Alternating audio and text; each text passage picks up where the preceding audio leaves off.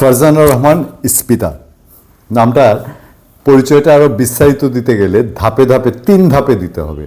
প্রথম ধাপ হলো তার পিতা, তিনি হচ্ছেন এনবিআর এর সাবেক কর্মকর্তা, আলোচিত কর্মকর্তা মতিউর রহমান, যার শত শত কোটি টাকার সম্পদের অনুসন্ধানে দুদক নেমেছে এবং পত্রপত্রিকার রিপোর্ট অনুযায়ী শত শত কোটি টাকার জমি জমা, ক্যাশ টাকা, ইলিগেল বিজনেস, অবৈধ ব্যবসা, সরকারের অনুমতি ছাড়া ব্যবসা, সংশ্লিষ্ট কর্মকর্তাদের অনুমতি ছাড়া ব্যবসা, এমনকি কানাডাতে রাজস্বিক বাড়ি, সেই মতিউর রহমানের ছেলে এবং তার সেকেন্ড ওয়াইফের ছেলে, সে হচ্ছে মুশফিকুর রহমান ইফাত।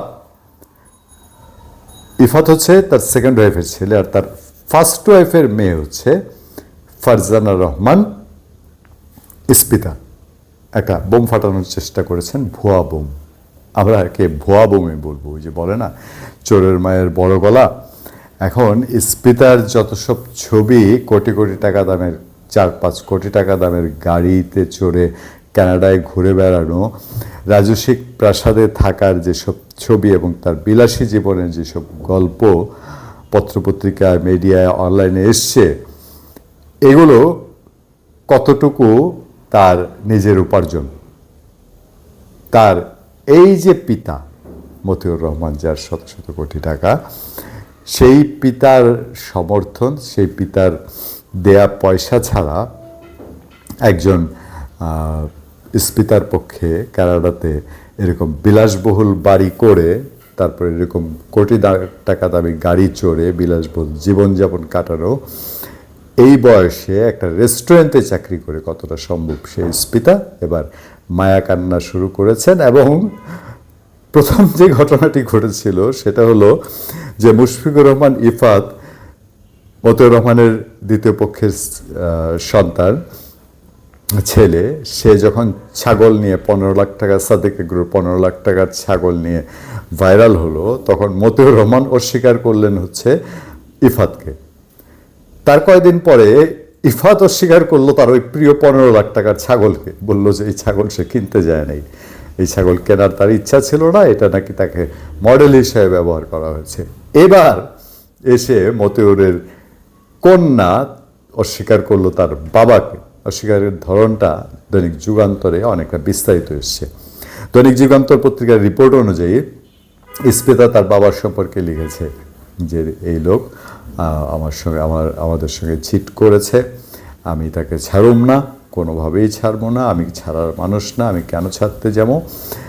আমার সাথে চিট করেছে, আমার মায়ের সাথে করেছে, আমার ভাইয়ের সাথে চিট করেছে এবং চিট করে নাই। ভদ্র ফ্যামিলিতে বিয়ে করছিল, তখন ভালোই ছিল। আবার এটাও বলেছে সম্পদ অবৈধ না। বাপরে বাপ, কয় পয়সার কর্মচারী, কর্মকর্তা, তার শত শত কোটি টাকা, তার পক্ষে এখনো সাফাই গায়, আবার বলে সে তার বাপরে ছাড়বে নাকি? সম্পদের ভাগ নিয়ে টানাটানি পড়ছে যে এই যে ছেলে দ্বিতীয় বউ এখন সাথে আছে বলে, বা দ্বিতীয় বউকে প্রায়োরিটি দিচ্ছে বলে এখন সম্পদের ভাগ নিয়ে কোনো প্রবলেম তৈরি হয়েছে? আমার ধারণা এরকম কিছুই হবে। আর নাহলে এইসব পরিবার এই ধরনের আজগবি যে বাপ সম্পর্কে কানাডায় বসে থেকে ফেসবুকে স্ট্যাটাস দেয়, এইটা হওয়াটা কতটা স্বাভাবিক, কতটা আসলে হিসাব মিলে না আর কি। আপনারা কেউ হিসাব মিলাতে পারবেন না। এই যে বাপ ছেলেকে অস্বীকার করে, মেয়ে বাপকে অস্বীকার করে, ওই এক ছাগলে তো কম করে নাই, মতিউরকে তো খেলো, তার ছেলে ইফাতকে খেলো, কিছুটা তো খেলো তার মেয়েকেও।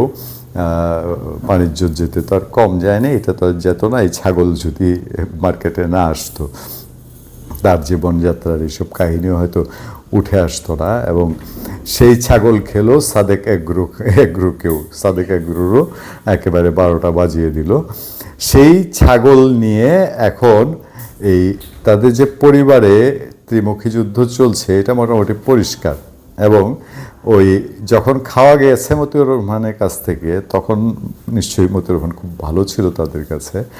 আর এখন যেহেতু বাটে পড়েছে, তখন ওই যেমন বাপ তেমন মেয়ে, বললাম না চোরের মার বড় গলা, যে এখন তারা হচ্ছে যে যার মতো করে একে অন্যের লেজ ধরে টানাটানি শুরু করেছে। এবং মতিউর রহমান নিজেও খুব ভালো ছিল, তাদের কাছে খুব ভালো ছিল। এবং সেই ছাগল নিয়ে এখন এই তাদের যে পরিবারে ত্রিমুখী যুদ্ধ চলছে, এটা মোটামুটি পরিষ্কার। এবং ওই যখন খাওয়া গিয়েছে মতিউর রহমানের কাছ থেকে, তখন নিশ্চয়ই মতিউর রহমান খুব ভালো ছিল তাদের কাছে। আর এখন যেহেতু বাটে পড়েছে, তখন ওই যেমন বাপ তেমন মেয়ে, বললাম না চোরের মার বড় গলা, যে এখন তারা হচ্ছে যে যার মতো করে একে অন্যের লেজ ধরে টানাটানি শুরু করেছে। যুগান্তরের রিপোর্ট অনুযায়ী সে মতিউর রহমানের পরিবারকে চাঁচাছোলা করে ফেলেছে, তার ভাইরা এই করে সেই করে, অনেক ব্যবসা আছে তার ভাইদের, হাবি জাবি কত কথাবার্তা। এই ছাগল নাকি ইফাত কিনেছিল ইফাতের বউয়ের পছন্দে, এটাও আবার স্পিতা জানে, সেটাও আবার সে প্রকাশ করেছে। এগুলো যুগান্তর বলছে যে ভয়েস মেসেজে, হোয়াটসঅ্যাপ মেসেজ বা অন্যান্য মেসেজে নিকটজনদের কাছে স্মিতা ফরওয়ার্ড করেছে এবং সেখানে সে সব কথাবার্তা বলেছে। তো আমার কাছে পুরো বিষয়টাই না হাস্যকর এবং মনে হচ্ছে যে এটা ওই ক্রাইম সিনে যা হয় না, মানে যখন ক্রিমিনালরা বাটে পড়ে তখন যেরকম কিংকর্তব্য বিমূঢ় হয়ে যায়, ধরা পড়ে যায়, অনেক ক্রিমিনালই কিন্তু তাই হয় যে যখন বিপদে পড়ে তখন তার এমন একটা অবস্থা তৈরি হয় সে তার নিজের ভুলেই ধরা খায়। এবং এখন তাদের ভেতর থেকেই খোঁজ খবর বের হচ্ছে, আরও কি কি বের হবে আমরা দেখি না সামনের দিনগুলোতে। ধন্যবাদ সবাইকে, ভালো থাকবেন, সুস্থ থাকবেন, আবার দেখা হবে, আবার কথা হবে।